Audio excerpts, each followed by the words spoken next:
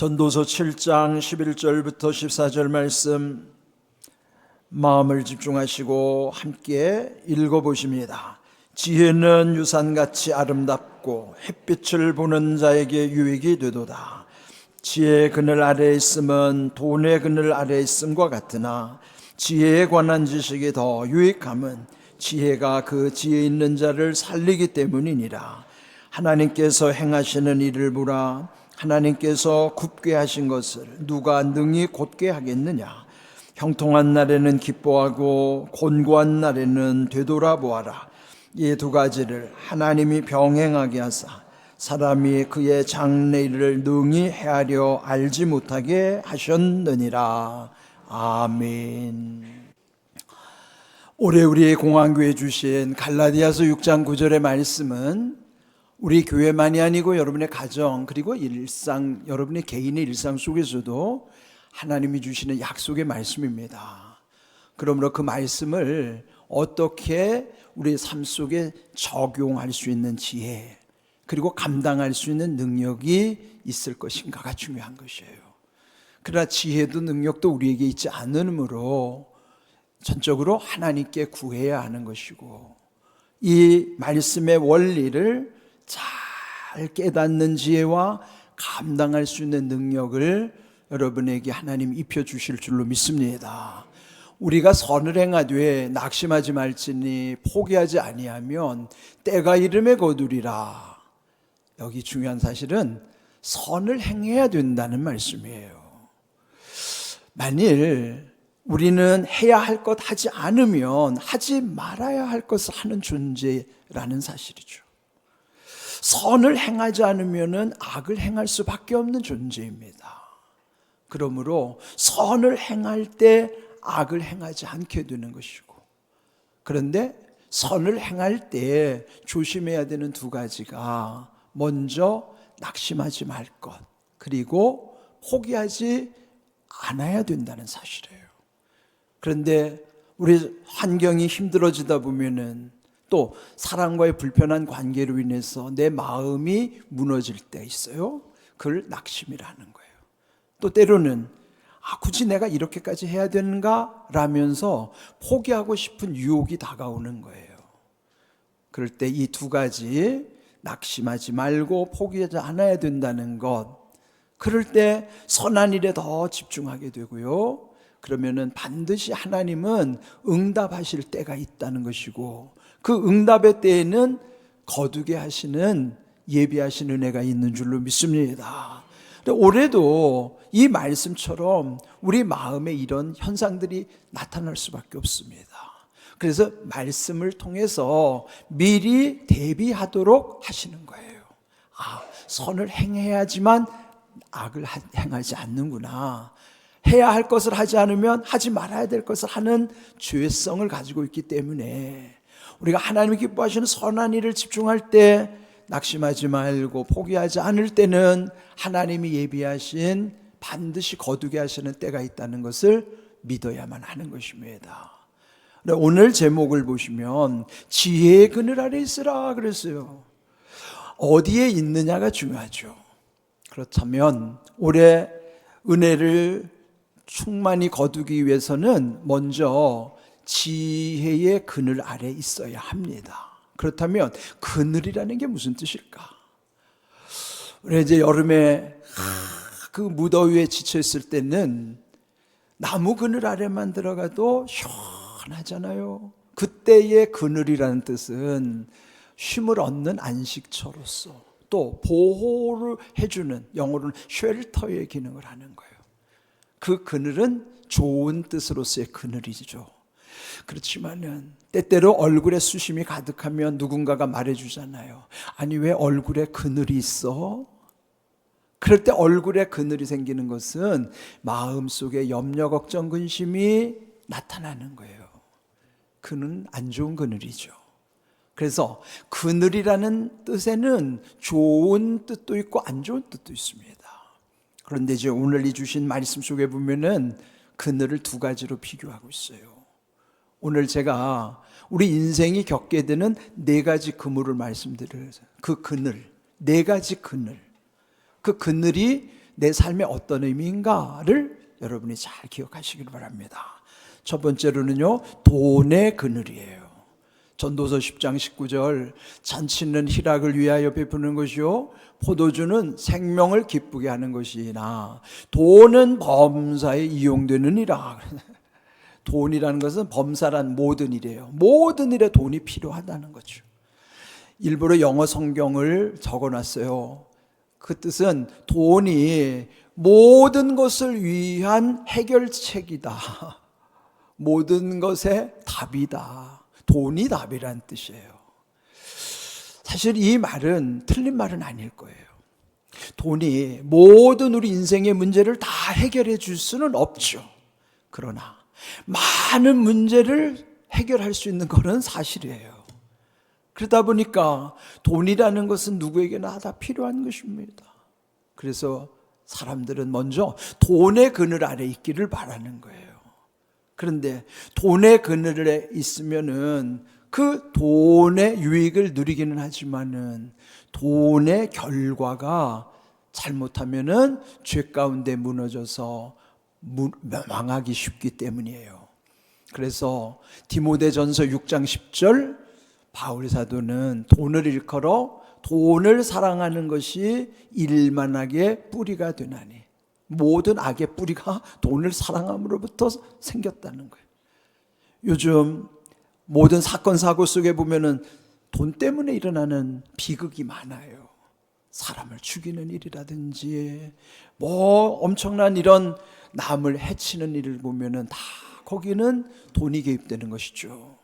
그래서 돈의 그늘 아래 있으면은 결국 돈으로 인하여 무너지는 경우가 많습니다. 그래서 오늘 읽은 이 본문 12절에 보면은요, 돈의 그늘보다 더 중요한 그늘이 있다는 거예요. 그 그늘은 지혜의 그늘입니다. 지혜의 그늘 아래 있으면 돈의 그늘 아래 있음과 같으나 지혜에 관한 지식이 더 유익함은 지혜가 그 지혜 있는 자를 살리기 때문이니라. 돈의 그늘 중요하죠. 그러나 돈의 그늘 아래만 있으면 망합니다. 그래서 먼저 지혜의 그늘 아래 있으면 그것이 돈의 그늘 아래 있는 것과 같다. 그 뜻은 지혜의 그늘 아래는 돈의 그늘도 있다, 그 말이에요. 그런데 왜 지혜의 그늘이 먼저 있어야 되는가 하면은 지혜가 지혜 있는 자를 살리기 때문이라는 거예요. 그는 다시 말하면 돈의 그늘은 죽이는 현상이 있지만 지혜의 그늘 속에는 살리는 능력이 있기 때문이에요. 그러므로 아무리 돈의 그늘이 좋다 하더라도 먼저 지혜의 그늘 아래에서 돈의 그늘이 있어야 된단 말이에요. 그러나 돈의 그늘만 있으면 거기에는 지혜의 그늘이 없어요.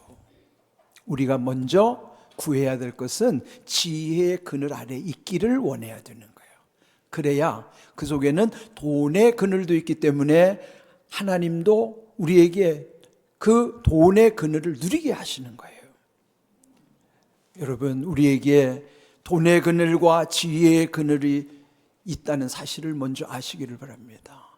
그런데 돈의 그늘 아래만 있으면은 반드시 사망의 그물로 바뀌게 되는 거예요.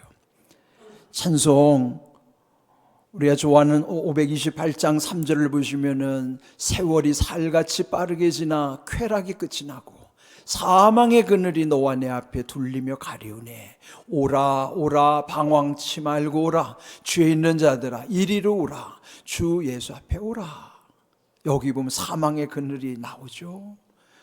어차피 누구에게나 주어진 인생 시간은요 살같이 빠르게 지나게 돼 있어요. 살이라는 쏜살거리라면 쏜 화살이 지나가듯이. 그러면 결국은 우리가 누리던 쾌락도 끝이 날 것이고 그때 사망의 그늘이 다 우리 앞에 들이올 수밖에 없어요. 그러면 그는 방황하는 인생으로 끝날 수밖에 없는데 이때 예수님은 이런 사망의 그늘 아래 있지 말고 오라는 거예요. 죄 있는 자들아 오라. 예수님 앞으로 오라는 것입니다. 그런데 왜 우리를 그 사망의 그물로부터 부르시는가? 찬송가 415장을 보면요, 십자가 그늘 아래 나 쉬기 원하네. 주 십자가의 그늘에 내 쉴 곳 찾았네. 십자가 그늘에서 나 길이 살겠네. 415장에는 또 다른 그늘을 말씀하시는데 그것이 바로 십자가의 그늘이에요. 제가 지금 네 가지 그늘을 말씀드렸어요. 돈의 그늘, 지혜의 그늘, 사망의 그늘, 십자가의 그늘. 이는 우리 인생에 누구나 겪는 그늘이죠. 그런데 사망의 그늘에서만 사는 사람은 그것이 결국 돈의 그물과 연결되다가 돈의 그늘 아래 사는 사람은 사망의 그늘로 끝나고 말아요. 그런데 지혜의 그늘 아래 있으면 돈의 그늘의 은혜도 누릴 뿐만 아니라 마침내 십자가 그늘의 은혜 가운데서 우리의 모든 일이 아름답게 이루어지게 하시는 거예요. 그럼 그 차이가 얼마나 다른 줄 아세요? 여러분, 신앙생활 안 하는 분들, 천국에 대해서 모르는 사람들도 세상 사람들이 흔히 쓰는 말이 있어요. 그게 뭐냐면요, 개똥밭에서 굴러 먹더라도 저승보다 이승이 낫다. 많이 들어보셨을 거예요. 아니, 그러면은 이 땅에 이승에서 개똥밭에서 굴러먹는 것이 차라리 저승보다 낫다 그러면 그 저승은 개똥밭보다도 못한 곳이라는 것이잖아요. 왜 그럴까요? 소망이 없어서 그런 거예요. 그래서 더 돈의 그늘에 집착하다가 사망의 그늘에서 그렇게 비참하게 인생이 끝나는 거예요. 그런데 우리는 무슨 개똥밭에 굴러먹는 게 무슨 말이에요?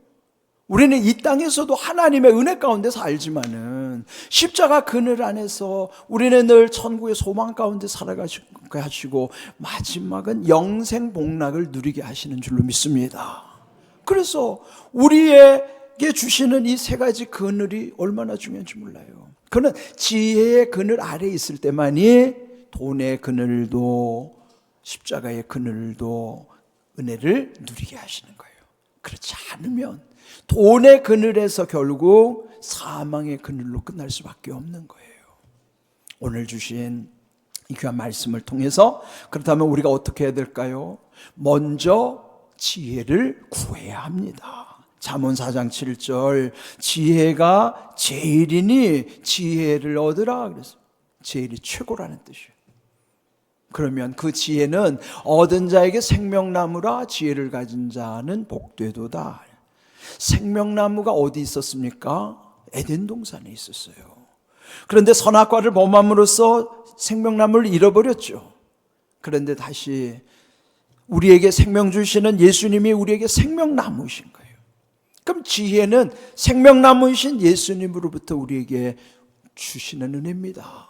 그래서 그 지혜를 얻은 자 생명나무이기 때문에 그 천국의 소망이 가장 큰 복이란 말이죠. 그래서 우리가 무엇을 구하든지 먼저 지혜를 구하셔야 돼요. 우리가 대충 기도할 때 보면은 아쉬운 것부터 구하잖아요. 아쉬운 것 물론 그것도 기도하면 좋은데 먼저 지혜를 구하시면 그 지혜 가운데 내가 어떻게 하나님께 기도하는 것이 하나님이 주시는 응답이 이른다는 것도 깨닫게 주시는 거예요. 그래서 여러분 무엇보다 먼저 지혜를 구하시기 바랍니다. 그렇게 주시는 지혜 가운데 오늘 본문 14절 말씀처럼 우리 인생에 형통한 날에 기뻐하고 곤고한 날에는 되돌아보아라. 이 두 가지를 하나님이 병행하게 하사 사람이 그의 장래일을 능히 하려 알지 못하게 하셨느니라. 우리 인생은요 형통한 날만 있는 것이 아니고 곤고한 날도 하나님이 병행하여 같이 주셨다는 거예요. 왜 그렇게 하셨는가? 형통한 날에는 하나님의 은혜를 누리라고 기뻐하지만은 때로는 힘든 시간을 보내는 곤고한 때는 되돌아보는 거예요. 자기를 돌이켜 인생이 이렇게 한없이 어리석고 미련할 뿐만 아니라 한없이 부족하고 연약한 존재라는 것을 되돌이키는 거예요. 그럴수록 더 하나님을 의지하는 믿음으로 살아가는 것이죠. 자기를 돌아보는 성찰의 과정. 그래서 우리에게 곤고한 날도 주셨다는 거예요. 그러나 장래일은 능히 헤아려 알지 못하도록 하셨으니 그래서 우리는 한치 앞을 내다볼 수가 없습니다. 그리고 미래를 알려고 점쟁이를 찾아다닐 이유가 없어요.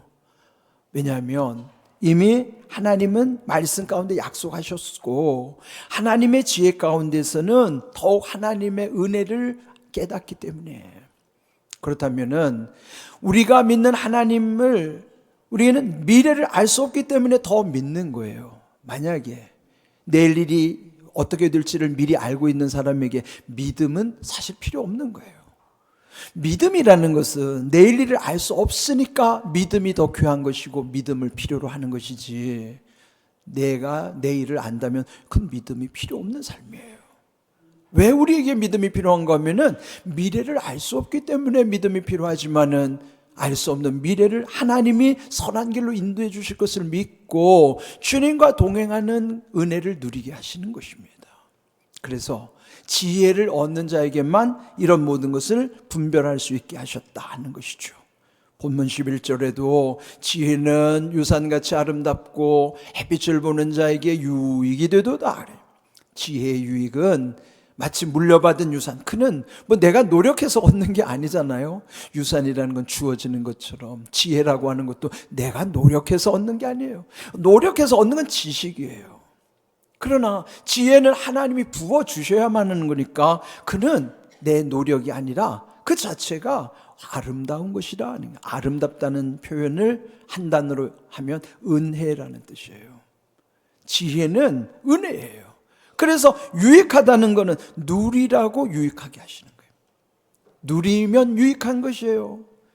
하나님께서 주시는 은혜 안에서 지혜를 통해 깨닫고 하나님의 은혜를 누리는 유익한 삶, 그것이 하나님이 주시는 지혜 가운데서 우리에게 이렇게 베풀어 주셨다는 것이죠.